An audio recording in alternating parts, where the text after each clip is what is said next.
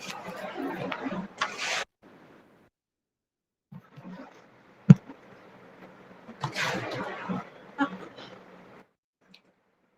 very good afternoon to you all.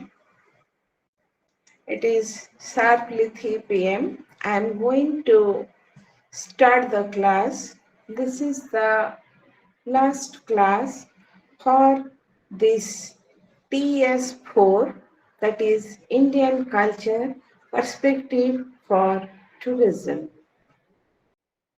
Now, as you know that this block or this paper, it consists of 9 blocks, and out of the 9 blocks, in the last 7 classes already we have discussed about the 7 blocks, that is introducing Indian culture, social structure, fine arts, popular culture, architecture, archaeology and antiquity, handicraft, continuity and change. In today's class, our focus of discussion will be on Block 8 and Block 9. Block 8 is tribal culture and Block 9 is policy issues in culture. The 2 blocks, it consists of 4 plus 3, that is 7 units. Block 8 is having 4 units and 3 units contained in the block 9. Now in the first part of my lecture, my point of discussion my point of discussion will be on your tribal culture. Tribal culture, the block, it has got 4 units, that is identity formation, history and geographical spread, society, and the tribes and development policy. So now in the beginning of the lecture, to start with tribal culture, I must make you conscious of the fact that India is a land of many tribes. There are references to various tribes in the Vedic text. And before the arrival of the Aryans, who were the makers of Vedic civilization, there was the reference to the presence of various tribes in ancient time. The popular name for the tribes in India are your Bonavasi. Bonavasi means the inhabitant of the forests. Pahadi means hill dwellers. Adivasi, the first settler of the land. And Anushojita Janajati or scheduled tribes, so on. So here we find out that the tribals, they constitute a very important aspect of Indian culture, because right from very beginning they were the original settlers of this land. And as I told you, that the very designation Adivasi, that means the first settler, they were the first settler of the motherland India. And when we are going to discuss about the tribal culture, the first unit deals with the identity of the tribals. What is identity? By identity, we mean a general consciousness based on commonly accepted social custom, taboos, and the way of life that bind together and mark groups of people and individuals they are in. So the identity, what we generally feel, that it is certainly commonly accepted social customs, norms, taboos by a group of individuals and the members of the group. When we are coming to discuss about identity, there is the multi-layered identity. That means identity are of various types. The national identity, that we belong to one nation, state, which forms that we all belong, that I myself, along with the members of my community, we belong to the community of India, the one nation state, that is our national identity. Your national identity is you all belong to African national continent, and you have your different states. So that is your national identity. The system of religious belief and the attached norms and values and customs, the taboos, form our religious identity. So, religious identity is the system of religious belief and the number of principles and customs attached to it. Then, gender identity. Gender identity is based fundamentally on biological differences. So, we find out that gender identity, men and women are also learning to respect each other on equal basis. Family identity. So family identity is a personal identity which is formed within the family unit. Then professional identity, because we are now living in a professional world, the type of profession that one follows, that forms his professional identity. Despite the fact that each individual has got different types of identity, religious identity, family identity, another identity which he carries within himself, the individual identity. This can also be called as one's own personality. So your own personality, it constitutes your own individual identity. So I now gave you the different types of what is identity, different types of identity. Now our focus of attention will be on the formation of tribal identity, because the paper, it exclusively deals with the tribal culture. So now when we come to the formation of tribal identity, as you know, each tribe has got their own identity. So a particular group of tribe, they begin to reside in a particular economic setup, ecological zone, and they have their own kinship network, occupational structure, ethnic roots, language. So each community have got their own identification mark. So this identification mark differentiates a particular tribal group from that of the another tribal group. So all the tribals have been generally, they are homogeneous group. This is a group, Bhil is a group, Gond is a group, Kand is a group, but they are all different groups having different languages, religion, kinship network, and occupational structure that marks their own identity. The formation of tribal identity has acquired new impetus in the modern time, especially after 1940.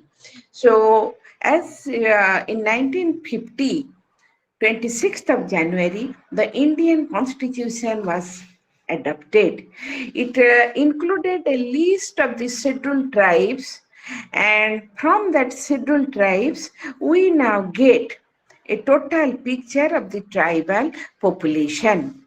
Now, when the Constitution has given the tribals the status of scheduled tribe in the Constitution. Now we find out that what is the tourism's need, why as a student of tourism, what is the necessity to know about the tribal identity? As you know that tourism as an industry is growing very fast, and the tourism as an industry has to pay attention to the differences between the people of different culture and different religion.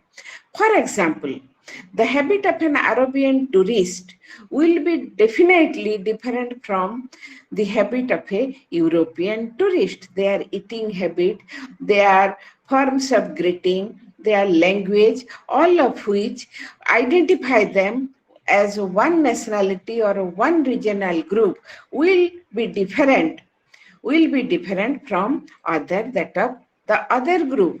India alone is a diverse microcosm, and the language, food, dress of the people from one region to another, it varies. Therefore, when the tourism policy is to be boosted either in a state or in a country or in the region, the identity of the people or the tourist, it takes a long step forward which will work to facilitate tourism. Now you see the history and geographical spread. The history and the geographical spread. As I had appointed you earlier, the tribal groups are presumed to be the oldest form of ethnical sector of the national population. India is a land of diversity, and the cultural characteristic of our India is unity in diversity. Looking at the Indian population, we find out the tribal groups are the oldest ethnic sector of the national population. However, in Haryana, Punjab, Chandigarh, Delhi, Goa, and Pondicherry, in these areas of India, you will find out very little tribal population. Whereas in the plains, in the plain area, Madhya Pradesh, here Arunachal Pradesh, Odisha, Maharashtra, Andhra, the vast variety and number of Indian tribes and the tribal groups has always been a matter of social and literary discourse in the past several decades. The Indian tribes broadly belong to three ethnic stocks, Negrito, Mongoloid, and the Mediterranean. The Negritos are believed to be the earliest inhabitant of Indian peninsula. So among the Negritos, Mongoloids, and the Mediterraneans, the Negrito ethnic tribe, they are supposed to be the earliest inhabitant of the subcontinent of India. So some track of them are still found among the tribes of Andaman and Nicobar Island. Now we do not find out much of the presence of this Negrito type, but at least we find out some of these very earliest Negrito tribe, Onge, the Great Andaman is in the Andaman and the Nicobar Island. The Jarwas, they are the very primitive type. The Mongoloid group, the Mongoloid tribals are represented by the tribal people of sub-Himalayan region. So they are to be found out in the sub-Himalayan region, and the Mediterranean people form the bulk of tribal population and are generally known as the Dravidians. So we find out that among the three groups, the earliest Negrito group, they are the most primitive group, and their presence is very much in extinct form, and some of the group Onge, Jarwa, they are to be found out in Andaman and Nicobar Island area. The Mongoloid race of tribal is represented by the sub-Himalayan region. In the sub-Himalayan region, you will find out the Mongoloid race of tribals, whereas the Mediterranean group, they form the bulk of tribal population. Now coming to the geographical spread the geographical spread or the different tribal zones of India. For our convenience, it can be divided, as you know, that India is a very, very big country. Therefore, North and Northeastern zone, the Central Indian zone, Southwestern zone, then we find out the scattered tribes.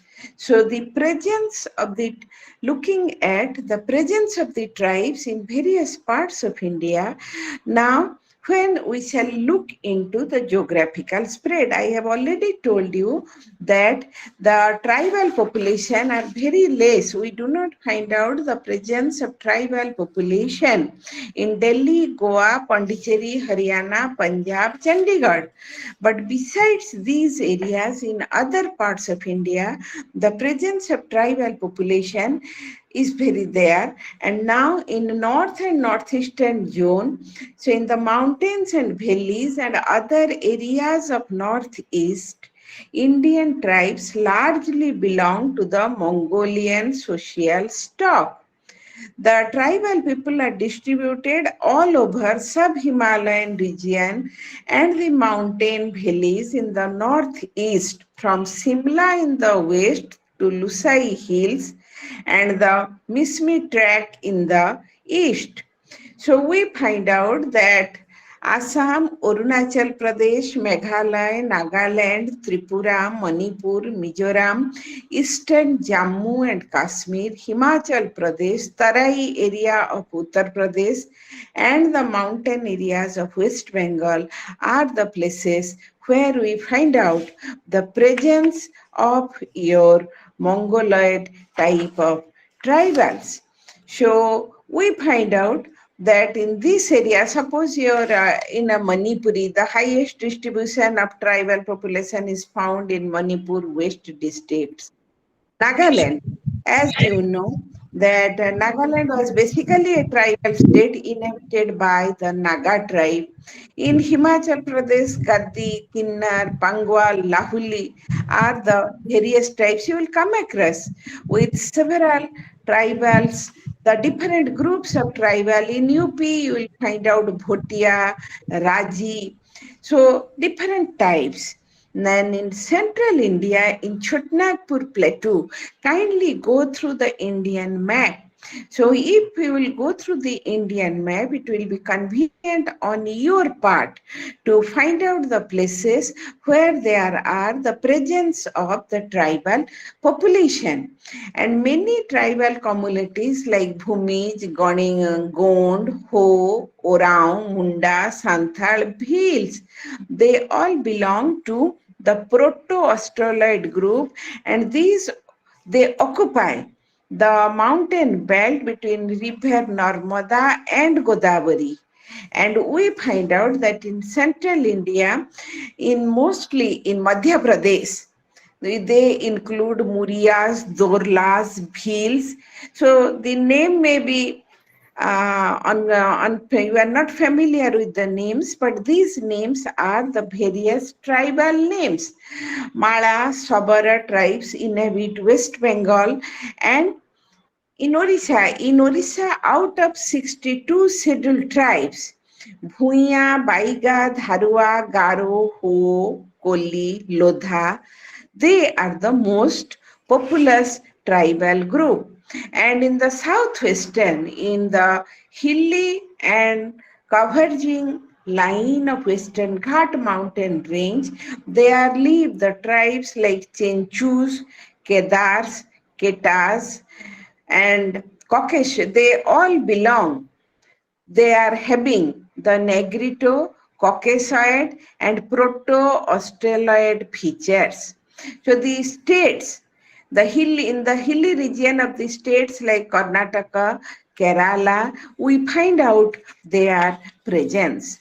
Then coming to that, besides these area, we find out some scattered groups like that of the Andaman and Nicobar.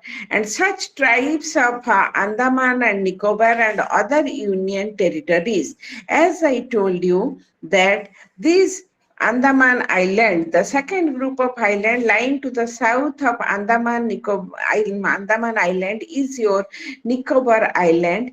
They are inhabited by Nicobaris and that of Sompens. So these are name of the other tribes. My point of view is to give you the idea of the geographical spread of various tribes in various parts of India.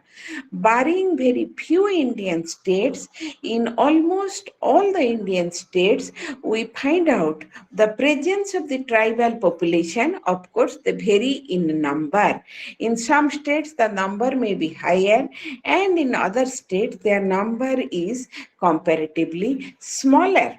Now, when we are coming basing on the history, language, and ethnicity, the tribals are of different tribes. Now let me tell you some of the important tribes. They now used to live in the northern Indian portion and in the northeastern portion of India. The one of the prominent tribe was your Koch tribe. The Kochs are mostly settled in the Garo hills of Meghalaya and the neighboring states of Assam. So the Koch tribal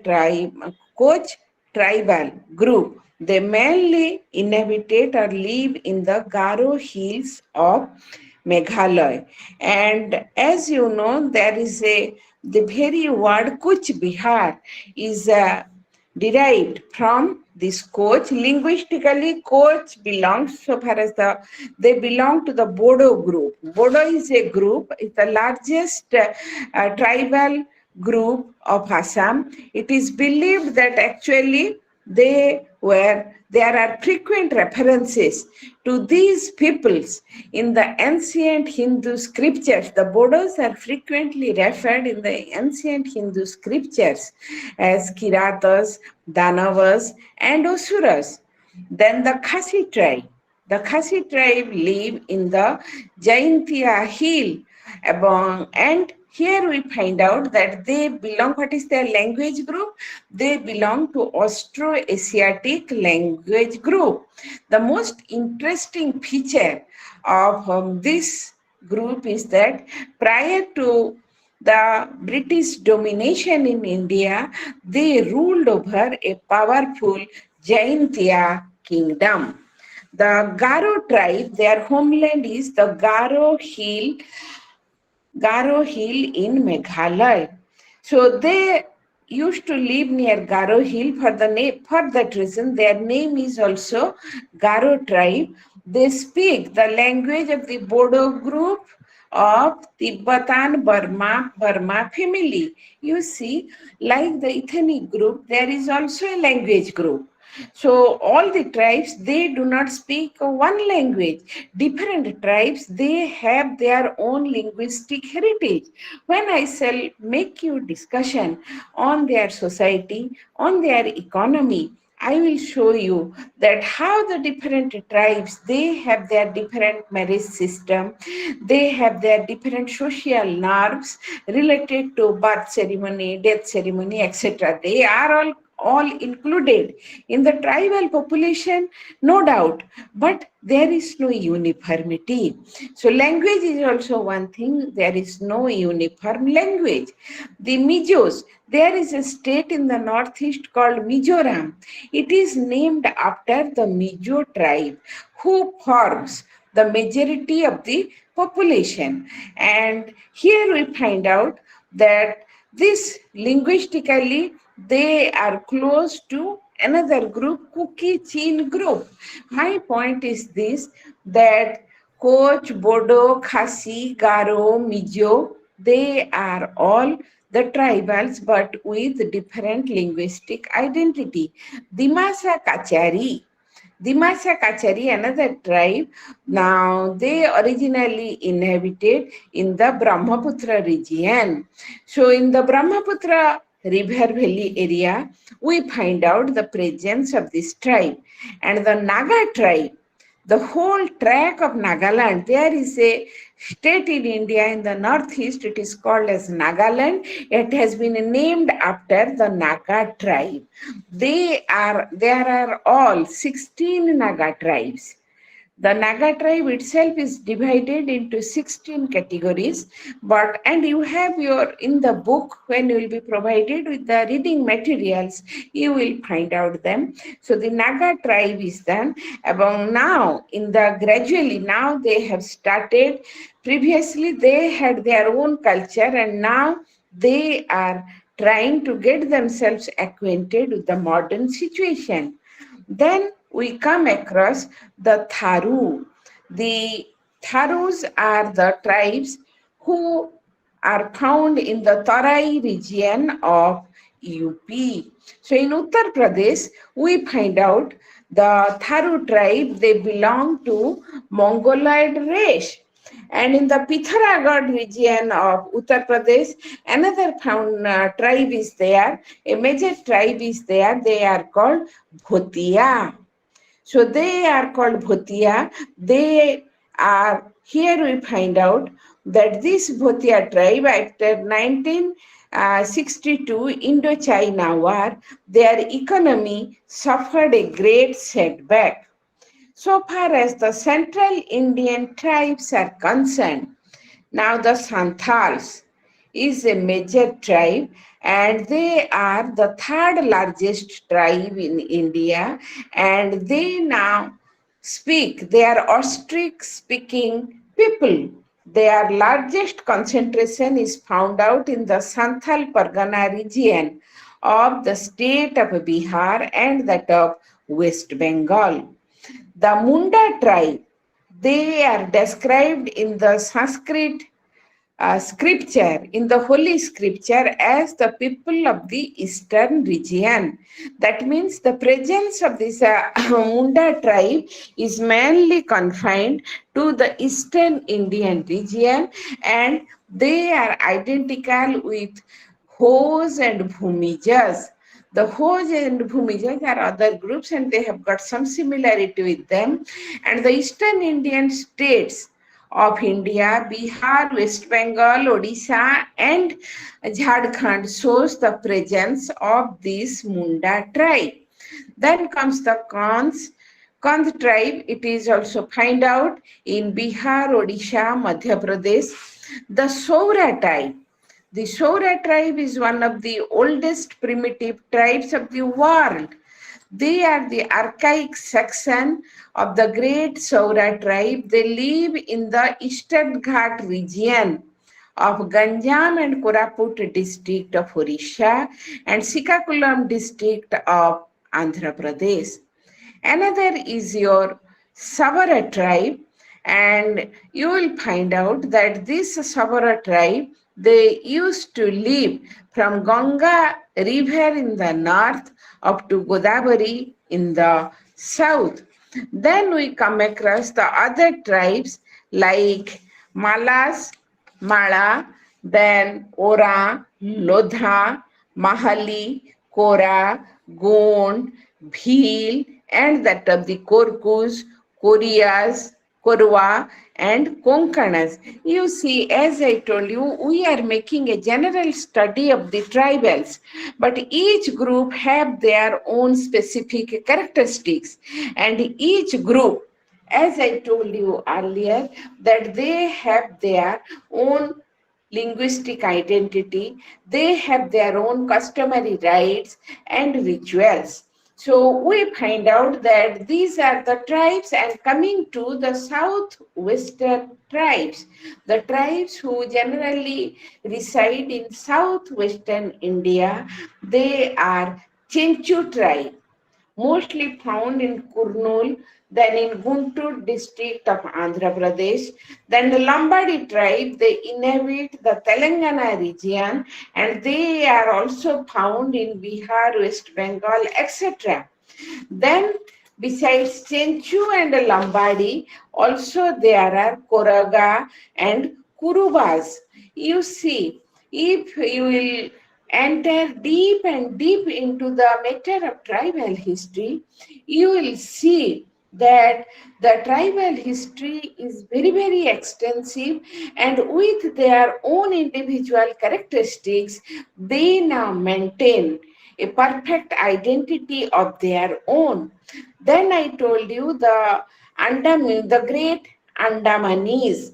When we look to the Andamanese scattered tribe, the Kari, the Kora, Jeru, Go, Kade, Ko, Kol, Juai, Pukiwar, and B and Balwas are the different types of Andamanese tribe, and they have their own dialect. We cannot call their language as a total full-fledged language, rather they are being categorized as dialect. Then in Lakshadweep, we find out Tarwadi, then Kanwar, and these are the tribes. And Malmi, Malmi is a tribe which is found out in the Malabar coast. Besides that, Raberi, then Thakru, Manikian, Melacheri are also some of the tribes. My point is this: the geographical distribution of the tribes in India is reported to have fallen into, categorized into three regions: the northeastern zone, the central zone, and the southeastern zone. So these tribal groups are the oldest ethnological sector of our national population. The tribes, with all their diversities, have a number of common threads in their way of life, social structure, religious belief, and the mode of production. Their interaction with the mainstream of the society, you will find out at your various levels. So the class I or the discussion that we made for last half an hour was on what is tribe, the different tribal identity and different from various types of identity. Then we came to tribal identity, the geographical and the historical spread of the tribals in India. And at the in course of our discussion, also we now made a reference to various prominent tribes who were residing in various parts of India.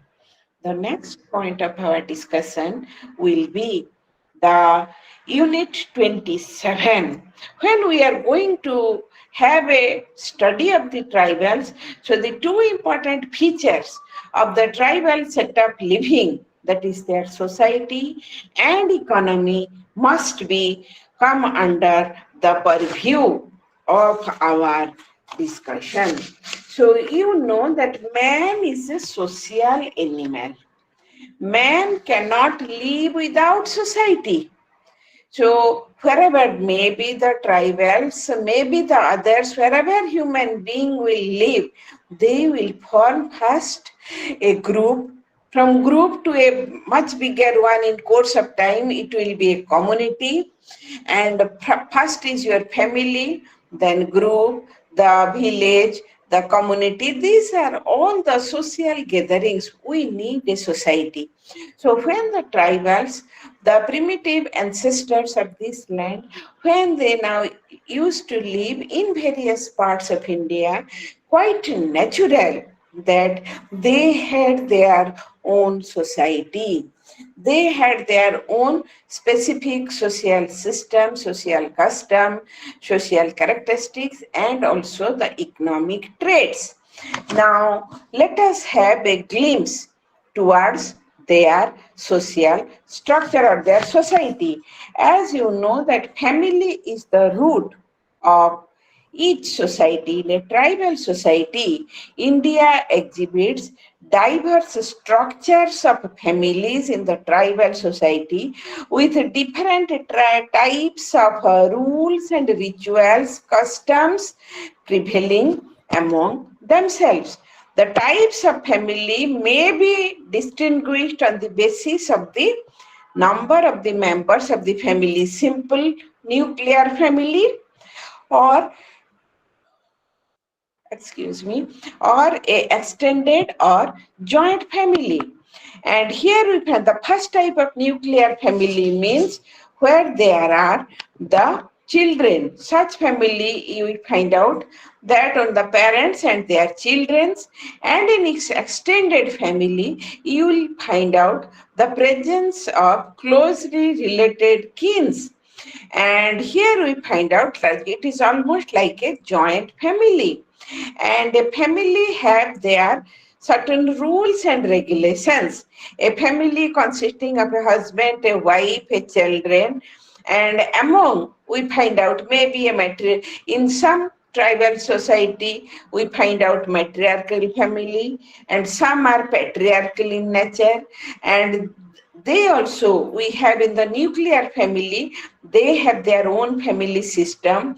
The head of the family is the family priest. In each family you find out the head of the family is also the, in some tribes the head of the family is a family member. In other cases the head of the family is a family priest who perform the religious rites during the time of festivals and the other ceremonies. And when we are discussing about the family structure, then our point of discussion will be on the institution of marriage, because which the tribal people throughout the world, not only in India, but all over the world, they follow with different practices. There are lots of differences. For example, in the Himalaya, larger part of Himalayan region, the tribes who reside, they follow polyandry, polygamy, and it still now existed in Spiti, Juar, and Nagaland. And here we find out not only polygamy, a man with many wives, polyandry, a lady with a number of husbands. So here we find out that what happens in some cases, the tribe's wife is considered to belong all the brothers of the family, and all the offsprings from the brothers from one single woman belong collectively to the family. Now, and this is one type of system, marriage system, polyandry, polygamy. And in other cases, for example, in the Naga tribe, you will find out love marriages. The young men and women, they choose their life partners and then arrange negotiation, which are concluded through an elderly lady. So first you will select, when you have your love relation with the partner, you will select, then the family members will come forward for negotiation, and the medium is an elderly lady. The girl is free to choose her life partner, and rarely is there any pressure which is given her by the family members. Then we find out that the another system among the tribal, in among the some tribal group, they now try to get the wife by procuring her, by capturing her, and the purchase is also, purchasing the girl from the father is also prevalent among some other tribes. So we find out what happened. The whole thing is this, and another is the exchange marriage. So my son will marry another's daughter, and their son will marry my daughter. So another, this is another type of marriage. And what the whole thing is, and in other cases, there are the unmarried boys and girls, they assemble at a particular place in the village, and they choose their own life partner. And here another important thing, that widow remarriages are also freely permitted. So you see that different, the institution of marriage among the tribals is a very nice affair, nice in the sense that there are system depending on the situation. There is the prevalence of polygamy, polyandry. Some stick to love marriages, some stick to the system of capturing the girl or purchasing the girl, and in some cases they are allowed to select their life partners. and in a gathering. So different types of marriages are prevalent among the tribals. And the very important thing which I am focusing as the next point is the tribal society, the status or the position of women. So the position of women in the tribal society is very high. So very high position is accorded to the women. They participate actively in both the local economy and in the religious and political affairs. So a very important thing is there. The women are allowed among almost all the tribal women. We find out that they play a key role in running the household. She helps her husband in chopping the wood in the jungle, in transplanting lady. She also weaves cloth for the entire family. That means she now renders services for the family. At the same time, she is not confined to the four walls of the room, rather, she enjoys considerable freedom. She participates freely in the dancing and the music, singing performed during the festivals and entertainment of the guests. And here we find out this is a very beautiful thing in the tribal society that women are not being suppressed by the society to a limited status. Rather, in since the ancient time, with broad mentality, with an advanced perception, the women folk in the society, they were allowed with good freedom. Now let us come to the village structure. So village structure, when we find out that there are small villages which are having 5 to 10 households, is a small village. There are also big villages, but each village there was headed by a head who is called as village headman, who was vested with a great deal of authority. So what was his authority? As the village headman, first man in the village, he opens the village festival. He is first to sow the seed. He is first to plant. He is first to harvest. He is responsible for the defense of the village. He parcel out cultivable lands among the villagers in consultation with the village councillor. So as you see that the village headman, he used to enjoy a lot of power, and his power to a great extent was, of course, if you will give him more power, he may be a tyrant. So to check his power, whatever you will do, there was the presence of a village council. So along with headman, though he enjoyed some privileges of sowing the seed first, planting the plant, then cutting the harvest, all these things, he enjoyed some privileges, but at the same time there was a council. The members of the council, village council, were either elected or they were nominated or appointed. Each clan usually sent one representative to the council, and any married person was eligible to hold any office of the councillor. And here we find out the members of the council, they used to make discussion on any course of action, and their suggestion they used to give to the village headman, and the village headman, he had to accept their suggestion.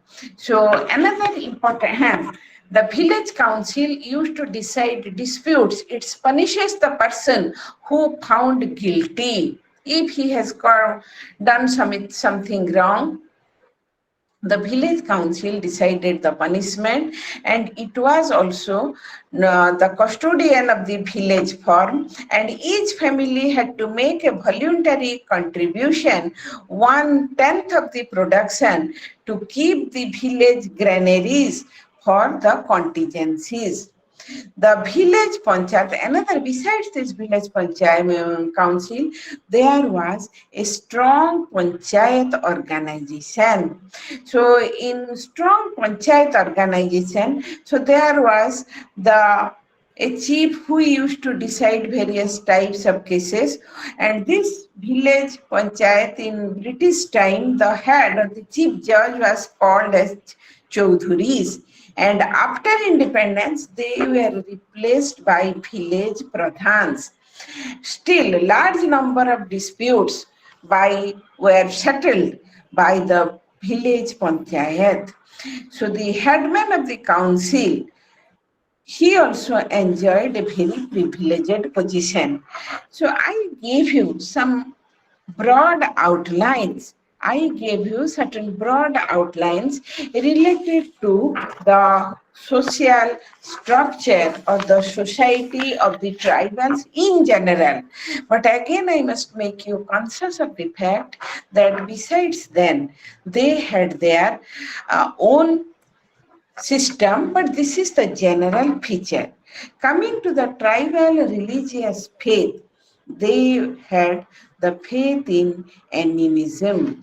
Animism means they believe in benevolent as well as malevolent spirit who are supposed to be good and bad spirit who used to influence the destiny of man. Another important feature was your shamanism. Shamanism means a religion characterized by the belief of the unseen world of gods, demons, and ancestral spirits. So, in the absence of a specific religion, we find out their adherence to different types of beliefs and practices: animism, shamanism, the worship of earth, the worship of sun and moon. So the natural objects, they also used to get respect and reverence from them.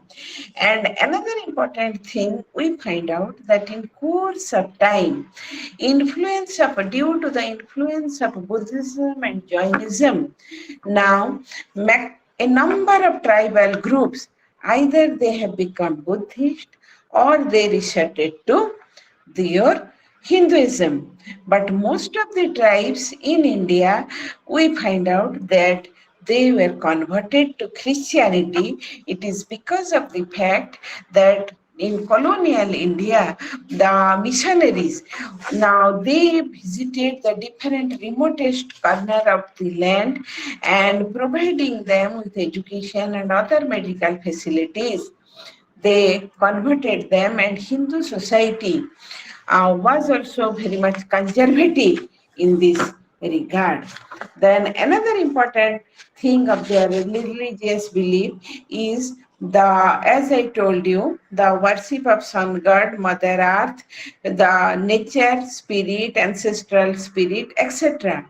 The Kond tribes in Orissa, especially, they perform the human sacrifice, what is called as the Maria sacrifice on the new moon days for propitiating the earth goddess with the offer of a blood to ensure prosperity and happiness.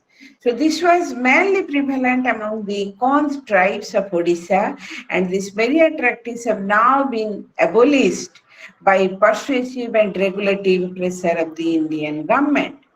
Then another important thing, the Bodos.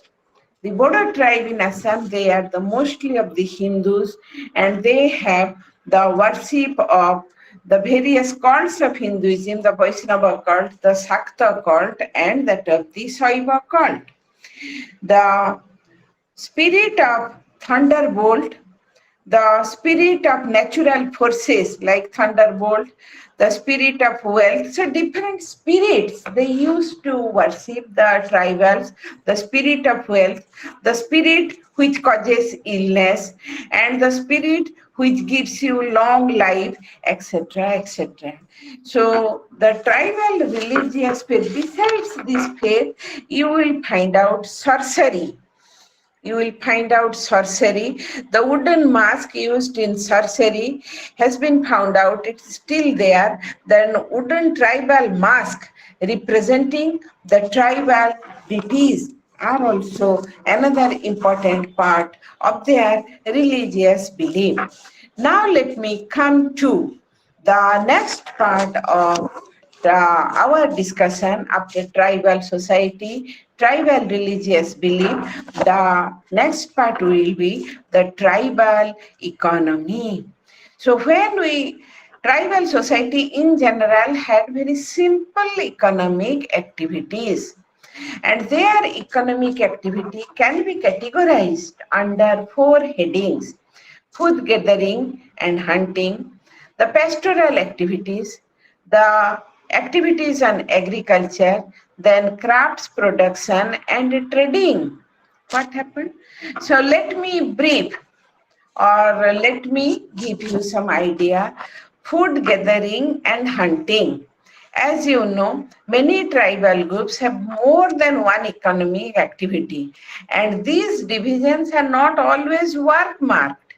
The common feature of all this is a simple technological base which allows for limited generation of surplus. The economic relation among the tribals was mostly based on barter and exchange. Money as a store and measurement of value and medium of exchange is not widely used. So the institutions like banking and credit are used only in dealing with the now. Of course, they have been modernized to a great extent, but that was the main system. In colonial time also we find them food gathering and hunting was their pastoralism. Pastoralism is another important factor. Agriculture.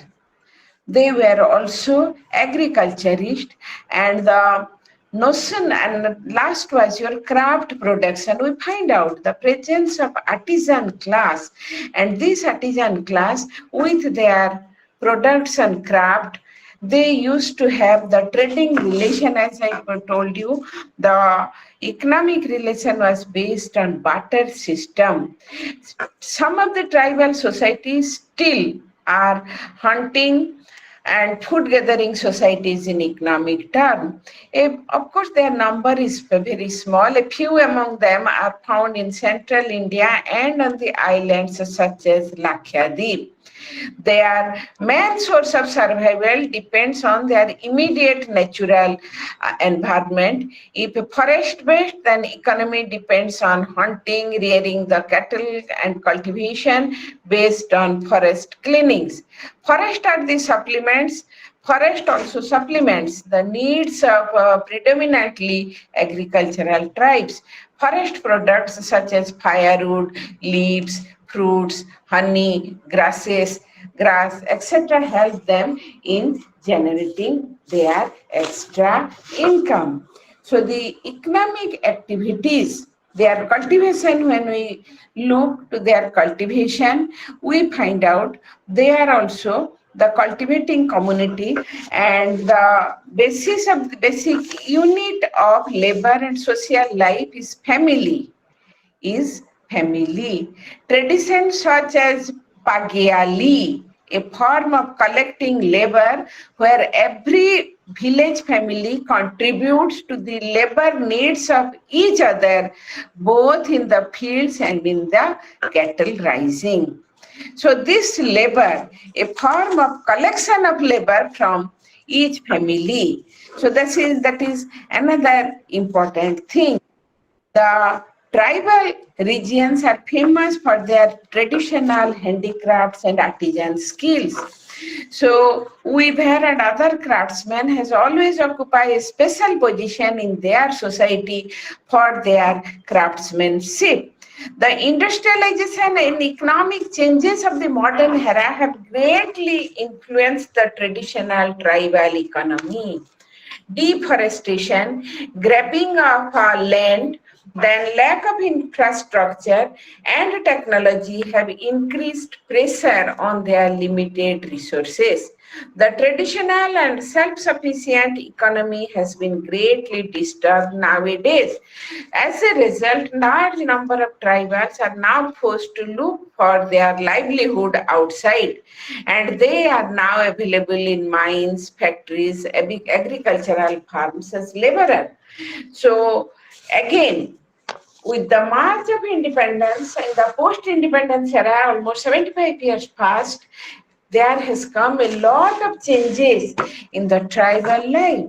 With the growth of education, there have now the presence of more and more tribal population, tribal people in the education sector, in the administrative sector, in the technology sector. Gradually, their number is now in a increasing trend. Now, let me tell you, the fourth unit of tribal culture is tribes and development policy. So, the establishment, when we are coming to the tribes and their development policy, the establishment of a British rule by English East India Company in the second half of the 18th century disturbed the existing land revenue system and the laws. So this new system adversely affected both the tribals and the non-tribals. So now we find out that what happened, the British system of law and administration, it now made the forest laws very strict. It now, the problem of tribes due to the expansion of a British law and revenue into their system. So the judicial officers who were appointed to decide the cases. They were not conversant with their language, custom, attitude. So the policy of the British government very adversely had affected the tribal population. But here we find out under the constitution, when India became independent, under the constitution of India, now the tribal population, a thorough study was made of the tribal population of independent India, and after a thorough study, they were listed as scheduled tribes. So the scheduled tribes, the constitution of India, scheduled tribes as per Article 366 of the constitution, the scheduled tribe means such tribes or tribal communities or parts of other groups within the tribe as or tribal communities are deemed that they are all scheduled tribes. Then after enlisting them, the tribal population in the scheduled tribe category, now a numbers on constitution further went a step forward to provide them a number of constitutional safeguards. So the constitutional safeguards were now provided to them for their promotion of socio-economic and educational interest. So Article 15/4, it now provides a number of steps for the social, economic, and educational interest of the tribal population. Article 16, it provides the reservation of posts and services for the tribal population.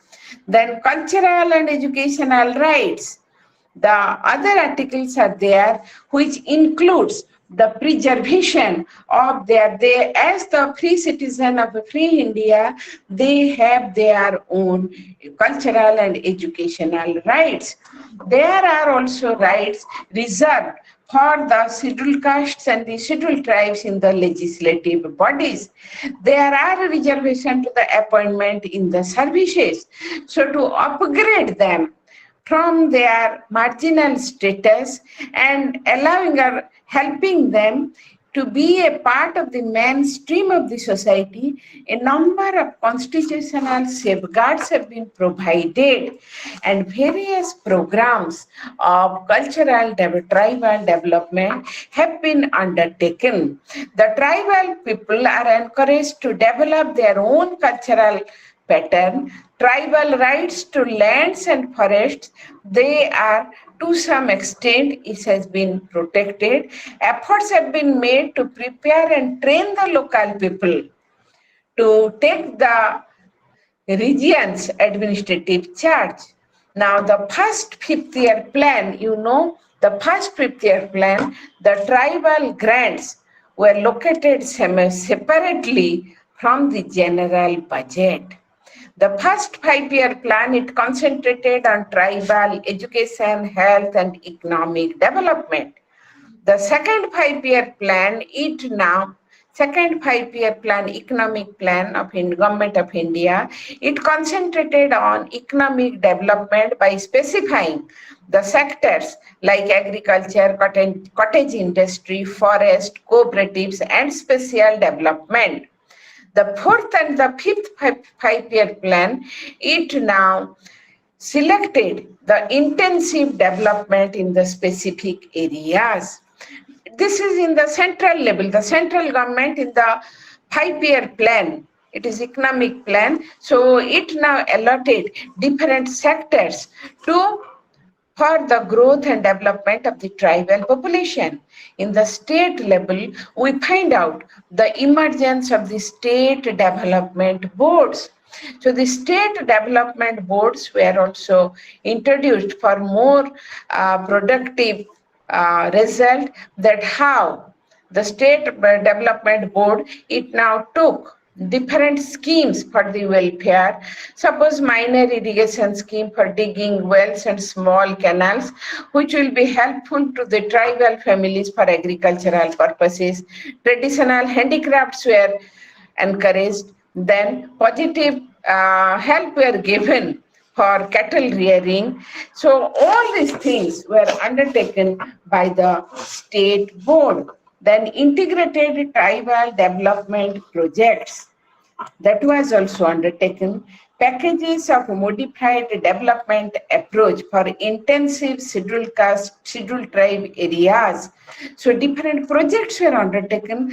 Financial helps were provided by your integrated tribal development program, so that the tribals, they can stand on a firm footing. So the popular government in the post-independence era, they have, and you see, they have undertaken several steps for bringing changes in the economic status, in the educational status, in the health status, all-round status of the tribal population. So now we find out that different organizations, Bharatiya Adim Jati Sevak Sangha, All India Backward Classes Federation, Indian Red Cross Society, they have also come forward. Several organizations and institutions have sprung up. They have rendered human service in bringing improvement in the standard or in the condition of the tribals. Tribal culture is not only rich in tradition, its unique feature. So now the question is that why we have read a lot about tribal culture. In which way it will help in tourism? Tribal culture is not only rich in tradition, but its unique feature generate a lot of interest among the tourists. So the Indian government has also seen tourism as a strategy of economic development in the tribal areas. So we find out the areas of Leh, Ladakh, Spiti, Kinnaur, the Santal Pargana are the major tourist destinations. Not only their customs, festivals, dance attract the foreigners, the Indian tourists also, their colorful handicraft, traditional dresses are also quite popular. So this has also become a means of income generating activities for the tribals. So the tribal culture can be of a best be brought into mainstream by their distinctive cultural tradition from the help from the both sides. The tribals, they themselves will be interested to improve their to maintain their cultural standard, and the government sector is there, the local involvement should be there, the tourists also, they will be in a position to enjoy more and more of tribal culture. Here you see that your block 8 tribal culture I completed.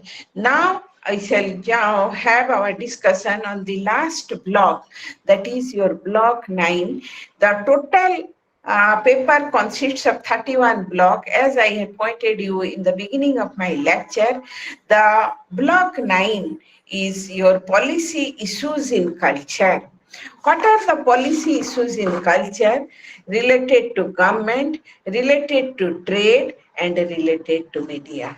So we have only 3 units in this block: policy issues in culture, government, trade, and media. So now our point of discussion will be the policy issues. As you know, that policy issues to provide incentive to tourism and travel trade. The tourism department is creating and providing different types of segments along with your different types, organizing festivals, then providing the organizing different types of melas, exhibitions for your tribal culture to know there is a special tourism mela.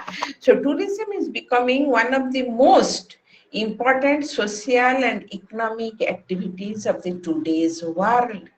The number of domestic and international travelers is steadily increasing, and many countries in the world are now seeking to develop tourism for its many benefits. So you see, in developing the tourism of a particular region, the cultural heritage plays a crucial role. Equally important is how the culture is portrayed to the tourist, how its promotion is carried out in the tourist generating market. So here we find out that what steps are being taken in this regard to promote tourism. As you know that culture is in developing tourism, the culture of a region. You must know the culture of a region, and it helps in providing boost to the tourism. Therefore, tourism boosts culture, culture boosts tourism. So the process is vice versa. If culture is there, there will be growth of tourism, and tourism provides incentive for your culture. Now tourism is this, why do we make tour? For a recreational purpose. So when tourism is there, it is not only for a recreational purpose, it also has got cultural and commercial facilities. The different states of India, they have promulgated to different types of policies in their own respective administrative sphere. So commercial to state tourism. So now tourism is a state tourism. Besides the central government's initiative, each state government in their own respective level, they are trying to give a boost to tourism, and at the same time also the needs of cultural tourism. The cultural tourism is also the role of tourism, as you know, the cultural display, and also to meet the needs of the commercial tourists. It is also there. Now, when we are going to discuss about the government policy and planning, now you see, during the time of pre-independence era or during the time of colonial government, few cultural institutions were there in India. What were they? They were National Library, Archaeological Survey of India, Botanical Garden, and Anthropological Survey of India. And the mass media unit was your All India Radio. But there was no state finance or organizational support. And again, when post-independence era, now we find out The Union Ministry, the Central Ministry of Human Resource and Development, it now took up the responsibility, and it now created the Department of Culture, and this Department of Culture is the man in charge of the planning and execution of tourism. It maintains directly administers certain cultural institutions like Archaeological Survey of India.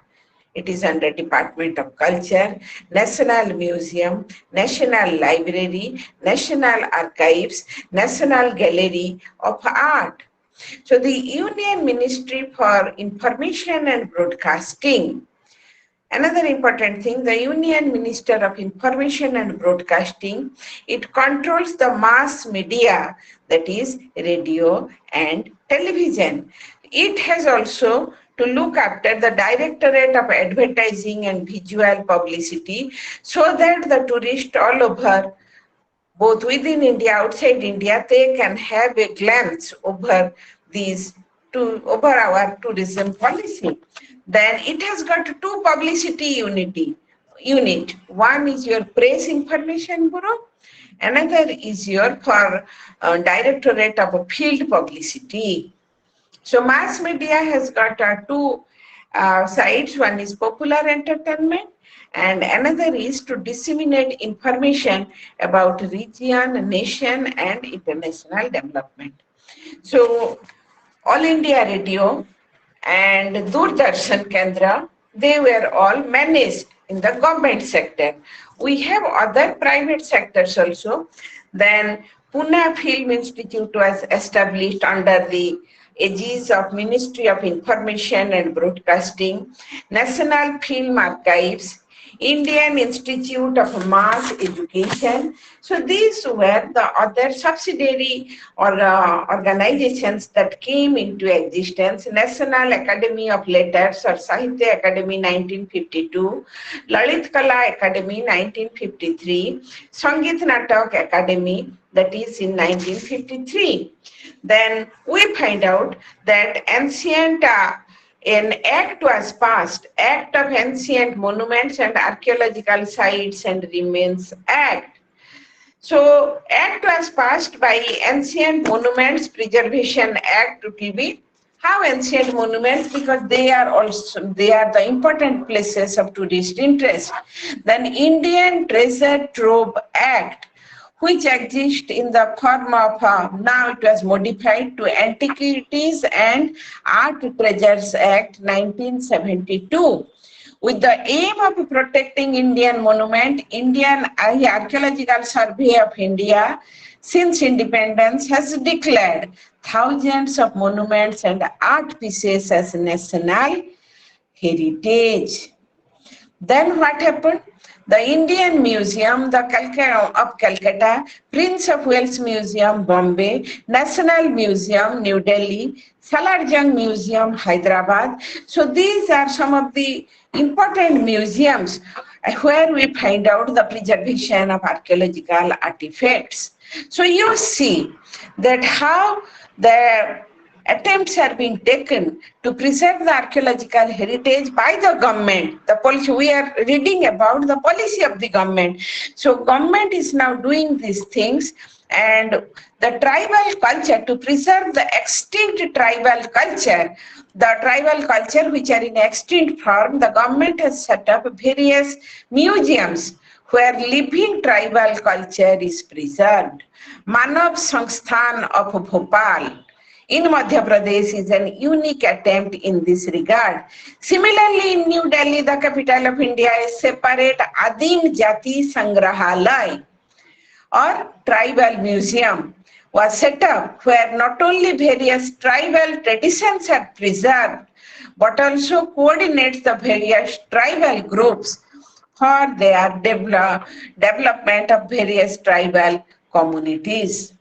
The country's community development programs come under Ministry of Food, Agriculture, Community Development and Cooperation. They also undertake the programs related to the development of tribal culture, and along with that, other culture, the culture, general culture, culture of the no. What are the programs to protect and nourish the culture at village and the non-urban level? To preserve the craft tradition, excuse me, there are various organizations created like All India Village Khadi Development Board, All India Handicraft Board, and there we find out the organization of various handloom acts have been passed by the parliament in 1985, and various projects are in operation, various craft mela and exhibitions, Gram Sri Mela, Tax India, International Trade Fair, they are being organized by the government. Indian Council of Cultural Relations is another autonomous organization created under the Ministry of External Affairs, which work for promotion of Indian culture overseas, arranging and sponsoring visits of the Indian artists abroad, holding promotional fairs, then depicting Indian cultural heritage are the tasks undertaken by the organization. Then the tourism policy. The first ever tourism policy was announced by the government of India in the year 1982 in the month of November. It was an aggressive, it was more an aggressive statement in marketing than a perspective plan for development. What were the plans? To take full advantage of national heritage in arriving at a popular campaign to attract the tourist, to grant status of an export industry to tourism, to promote tourist research and to make India a destination of holiday research, to invite the private sectors to participate in this sector, private organizations to participate in this sector. The Planning Commission was recognized tourism as an industry. So the Planning Commission in the year 1992, it organized tourism as an industry. The major development in the tourism policy of India came with the National Action Plan of Tourism in 1992.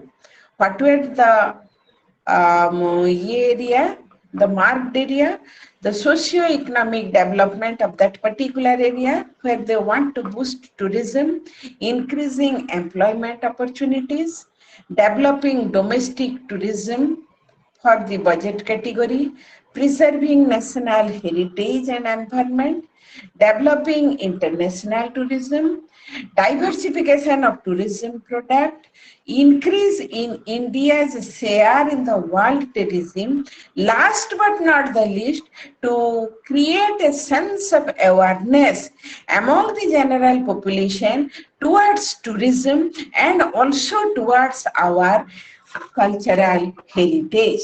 The eighth plan, it now made the special emphasis, expansion of tourism, leisure tourism to what? The development of trekking, winter sports, wildlife, beach and sea resort tourism, exploring new source material, restoration of national heritage project, launching of national image building. So you see that government, once the tourism was declared as an industry in 1992, the government, the popular government in the center, it has become more responsible in this regard, and in these areas where tourism will be boosted, in that area there will be the generation of employment opportunity, there will be the development, socio-economic development, there will be the development, preservation, the people will be conscious to preserve their national and cultural heritage, so that in the global level of tourism, India's position or India's share will India will get a very good position. And accordingly, as a part of tourism policy, we find out certain cultural attractions are also being promoted. What happened? Now, different types of craft museum. Suppose in New Delhi, Delhi Heart Craft Museum, they are all where you will find out the exhibition of the crafts of different regions throughout the year. The Surajkund Craft Mela, the Silpagram, Udaipur have been a tremendous, they have tremendously attracted the attention of the tourist. One thing I must tell you, the participants who are listening me, I must suggest you that Republic Day of India will be observed on 26th January 1924. So 2.5 months, so to say 3 months, November, December, January, almost 3 months is there. In when you will look to the Republic Day parade, on Republic Day celebration, India is it is a very organization of Republic Day celebration in India is a very big cultural event. It attracts a large number of people, foreign tourists, but also the domestic tourists. They visit Delhi to see the event. What happened? The dances and the cultural representation in the form of jhankis. Jhankis are the tableaus from different states are the major cultural attraction. It is through TV also you can see that the tableaus of the different states, they now represent the particular cultural heritage of that particular region. For almost a week after the Republic Day parade, the dancers and the artists give performance in different auditoriums of the city. So the dancer and artist are not from Delhi only. They represent the total of India from different states of India. They come to Delhi after their performance in the Republic Day ceremony. They also perform in other parts. So many people, both outside India and inside India, they flock to Delhi to have a look towards this Republic Day celebration. And I must suggest you all to see the Republic Day parade, which will be held in the coming 26th of January 2024. And another important thing, certain fairs and festivals have been identified by the Ministry of Tourism, and they have been organized to attract the inland and the foreign tourists. The fairs like Puskar Fair, Sonpur Cattle Fair, Kite Festival, LAP Boat Race in Kerala, then Dasara Festival in Mysore and Kullu, etc., etc. Ministry gives liberal financial assistance to develop these traditional fairs and festivals all over the country and promote them in the international market in the grand scale. Department of Culture, Archaeological Survey of India, we find out such activities are organized in collaboration with Department of Culture, Archaeological Survey of India, Konark and Khajuraho festivals, the light and sound program at Red Fort, Purani Killa, Golconda Fort, Gwalior Fort are some of the attempts in this regard to attract the attention of the tourist. Tourism policy in India now is in a very, very growing stage. As you know, that tourism in India is now growing very fast.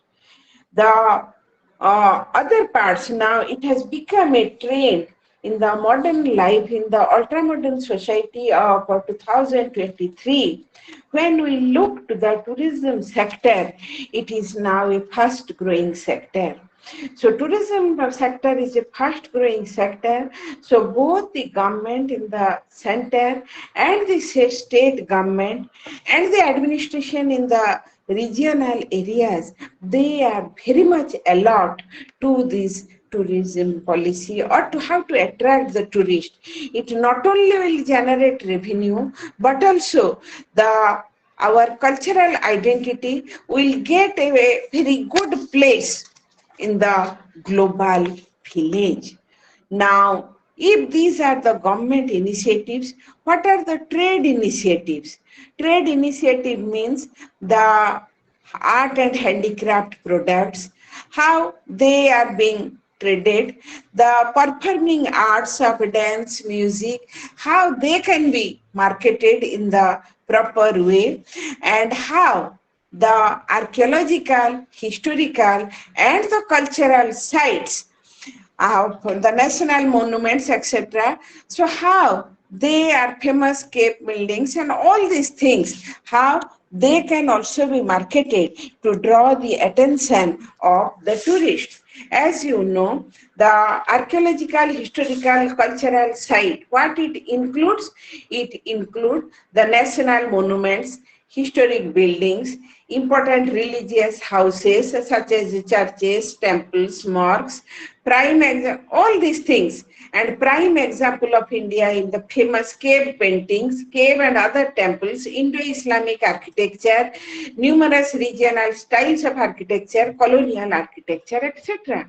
So now these sites, how in these sites the art and craft, the Indian art and craft will be properly marketed. So here we find out that now all these things, the tourists are lured, how they would be lured to see the magnificent architectural wonders like Red Fort, Fatehpur Sikri, Taj Mahal.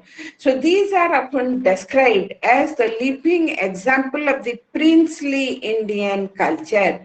Tourists in some cases are being invited to experience the extravagant life of the kings and colonial rulers by offering them a stay in the Oriental palace shooting. So to the tourist, mostly European and opulent colonial ambience is recreated through the project like Palace on Wheel type trains. So on the project like Palace on Wheel type trains, so to give the tourist the opulence of the colonial ambience. So you see, the trade activities are also being carried on. Your art and handicraft, Ganesh and Nataraj idol, the idols related to the various types of decorative pieces, the horn works, the handicrafts, what we had discussed earlier, the art and handicraft of India, the clay art, as you know, the ivory, coral, the gems and jewelry, textile, costume, clay, stone, wood, and metal craft, all this needs a very big market, and they are the places of tourist importances, are the places where this art and handicraft marketing can be drawn on a grand scale. And in performing arts, the performing art of dance, music, etc., the Taj Mahotsav, the Taj Mahotsav, Pushkar Mela, Khajuraho Festival, the Beach Festival of India, Orissa, the Konarka Festival. So these are the places where the Indian performing arts, they will get the grand recognition. They will get the grand recognition from the inland as well as from the foreign tourists. Now let me come to the last unit of this paper, the role of media. So the name of the paper is Policy Issues in the Culture, what is the role of government, what is the role of trade, and the last part is the role of media. So role of media, now as you know that we are now living in an age where the media is gradually bringing the world together. So distance has been conquered. The world is getting closer and closer. The technology of modern mass media, mass communication, what they have made, now the technical growth, innovation has made the new means of mass communication, particularly broadcasting, have made the people of the world more and more closer. So we are more concerned about the mass media in this class or in this lecture, the print media in the format is the role of newspaper, magazines and the journals in promoting tourism, the role of radio and the role of television and films. One is print media, radio is audio media, television and films, they are the video media. A large number of daily newspapers in English, Hindi and other regional languages are published in India. A great number of the periodicals are also published. Most of them are owned by the private companies or individuals. So now they are influenced. So that can be, so the print media are used always for to attract the tourist in their ad section. So its influence is more among the literate section of the society. Radio in India is governed by the government-owned mass media and covers more than of 90% of its population, and especially in the remote areas. Now, the television and film in India are largely government-owned, but of course, nowadays we find out more and more private management there. So now a number of private channels are also operating in terms of reaching government-owned televisions. Doordarshan has a very wide coverage. So medias have their own role. Medias have their own role in promoting tourism. What it does? Firstly, mass media, 5 functions of mass media. Medias serve to interpret data, persuade and motivate tourists. So it provides the material base for the diverse society and places. Hence, the information, motivation, and interpretation of the tourists, it now goes a long step forward. Media is concerned with transmission and education of the social realities in historical perspective. One thing I can tell you, whenever you visit any place of historical importance, you find out that what is the role of print media. You will find out the literature of that particular place. So the literature of a particular place, it finds out a greater importance for a tourist.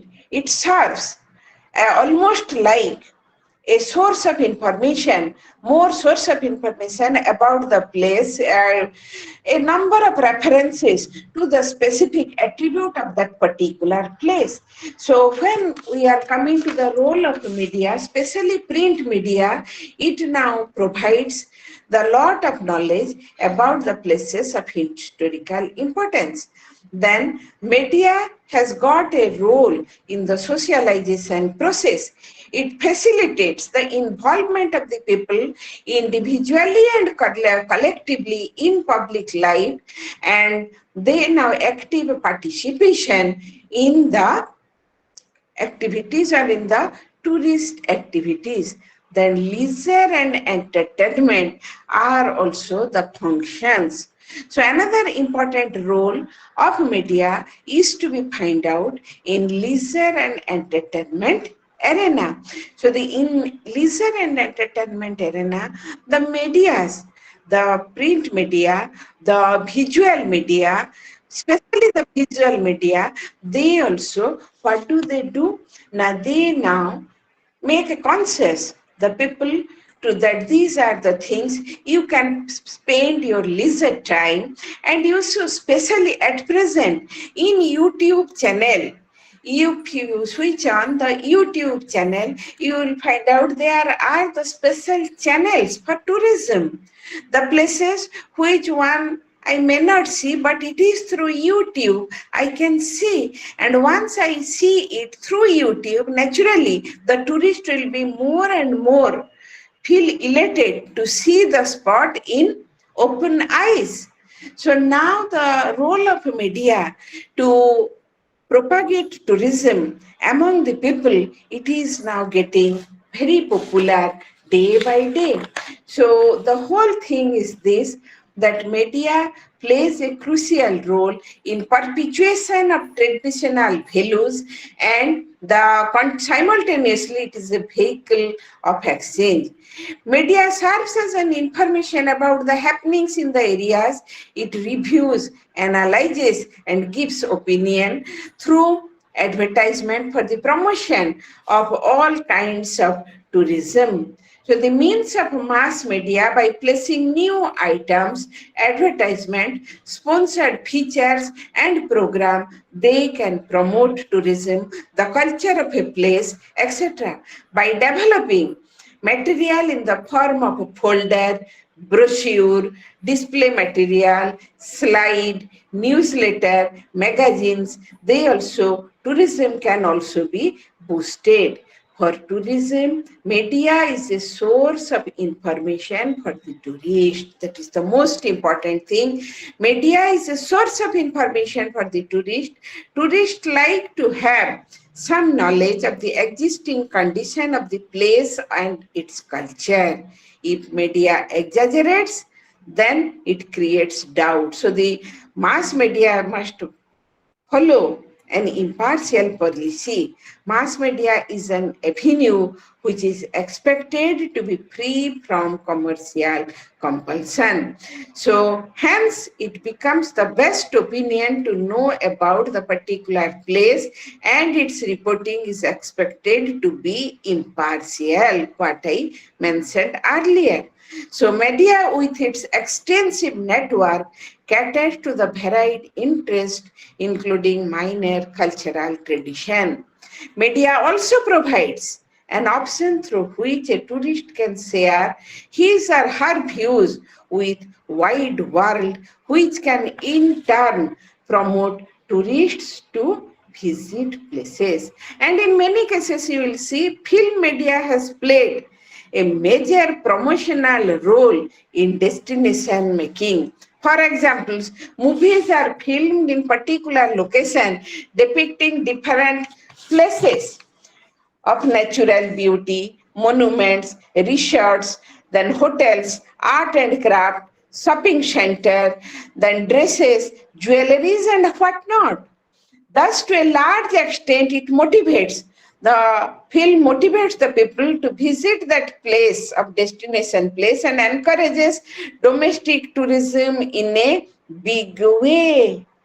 So now the Havelis of Rajasthan, the Brindaban garden near Mysore, the train journeys to Darjeeling, Uti and Simla can be well cited in this background. I can give you the reference of one picture. The picture was a very hit in 70s, the picture 80s. The picture was Bobby.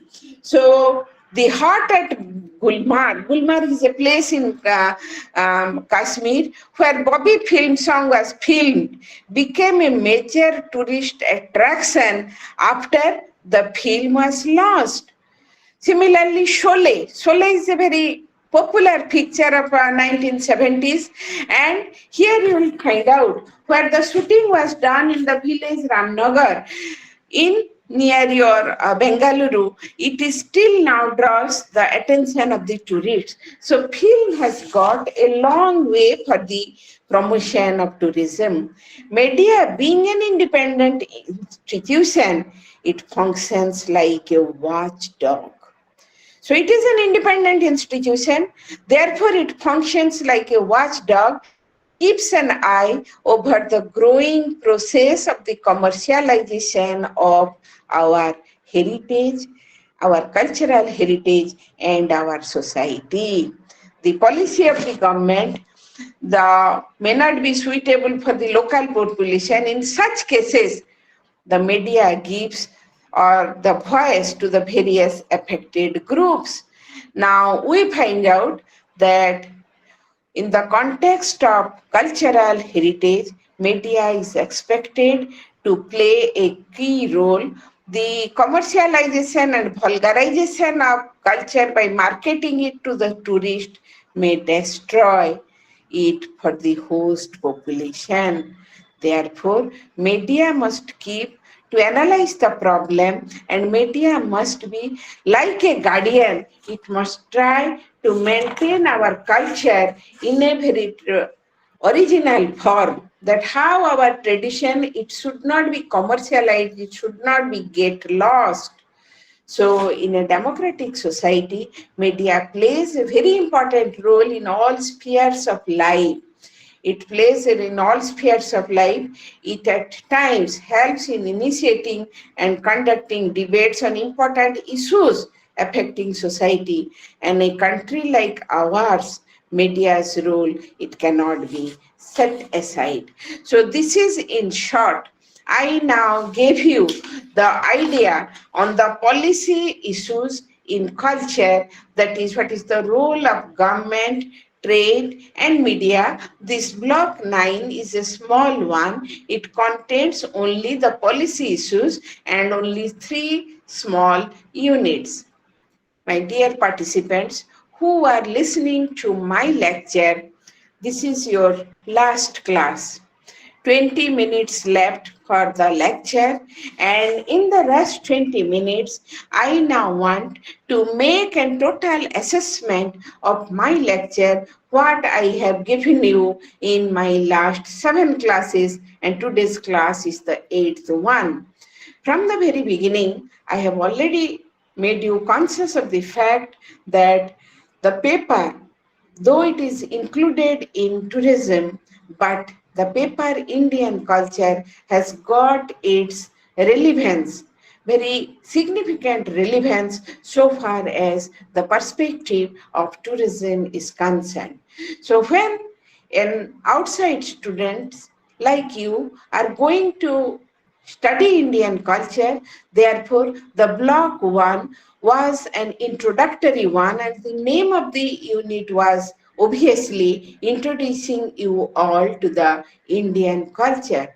And in that connection, several times I have given reference to your Harappan culture.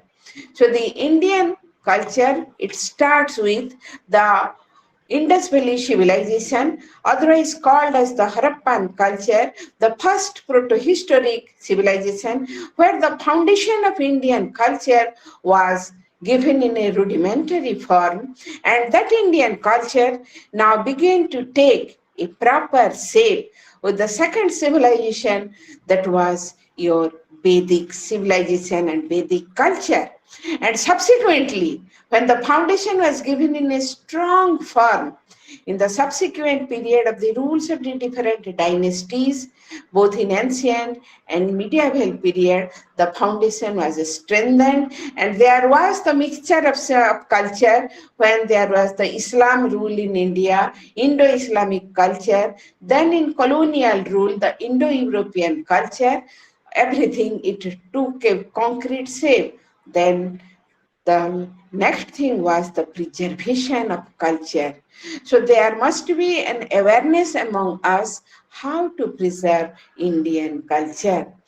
The preservation of Indian culture, it required the preservation of Indian customs, rituals, cults, fairs, festivals, fine arts, etc., etc. These are all the parts of our culture. The fine arts, the block 3, it was with your performing art, 2 performing art, dance and music, and the third one was a fine art, that is the art of painting. So we find out what happened to us, that when we are going to be a tourist, this fine art, it is exclusively associated with the, because the tourists are coming not only to visit but also entertainment is an important aspect. And this traditional form of Indian dancing heritage, music heritage, painting heritage will definitely will take them a long step forward in understanding the Indian culture. So they are also very much related from your tourism standpoint. The block 4 is the most interesting one, that is your Indian cinema and Indian theatre. The very name of the paper is popular culture. So it is people's culture, theatre, cinema, they are very much affected, they are very much related with the people's recreation. Therefore, now the Indian cinema and Indian theatre has gone a long step forward in promoting the inland tourist and also the foreign tourist. At different tourist spots, you will find out the organization, how the different theatrical performances are being organized, and Indian cinema in various forms are being shown to the tourists. Then the block fifth was on your architecture.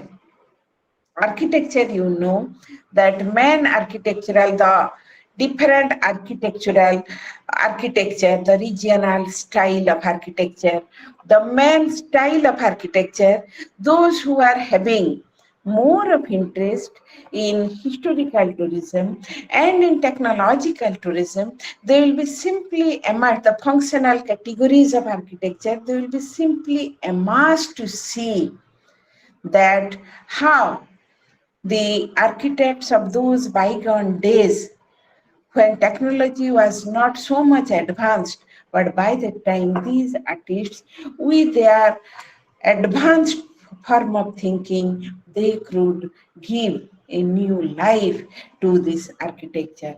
And so far as Indian sculpture is concerned, it is simply unique. The UNESCO has given heritage sites, attached heritage status to a number of architectural sites in India. It is worth visiting. I must suggest, if at all you get a chance, you visit these architectural sites and it will be a must to see. If it is not possible, also in the net, you can see it because it is possible through net. Then the architectural, along with architecture, the archaeological sites, the early Harappan site in north and northwestern India. I told you a vast area, including the northeastern Afghanistan, maximum whole of Pakistan and the northwestern part of Pakistan, you will find out the archaeological site of Harappa, of Indus Valley, and to what extent it was a very, very developed site. Besides those Harappan sites, different other archaeological sites, prehistoric culture site, post-historic culture site, then we find out suppose for example, the Taxila University. The Takshashila University in ancient India, Takshashila University or Taxila is now in Pakistan, but it was the oldest university in 3rd century BC. So the reference to Taxila University you will find out in the text of Kautilya, that is Arthashastra. And the remains are not there, but the site itself, if at all you will visit site, you will find out the site of the Taxila. It is now in Pakistan, but you can visit Nalanda site, the Nalanda University. And in 5th and 6th century AD, it was one of the very flourishing universities of India, where the students outside India, they used to come here for education. So the teachers here were of international repute. And I must refer to the Chinese pilgrim Huensang. So a pilgrim named Huensang came by walking from China to Nalanda. Nalanda is now in India in the Bihar district. And if you visit the site of Nalanda, you will be simply amazed to see how in those days, in 6th and 7th century AD, how this type of developed educational institution, and especially their library, it draws the attention of the intellectuals to what extent The manuscripts are preserved there, and that was wisdom.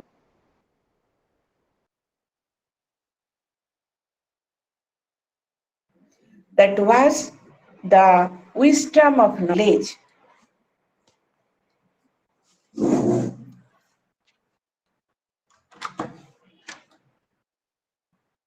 কাটেগেল একটা phone আসিল কাটে গেল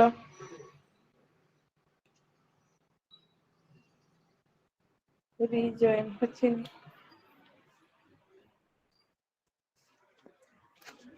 কি হচ্ছে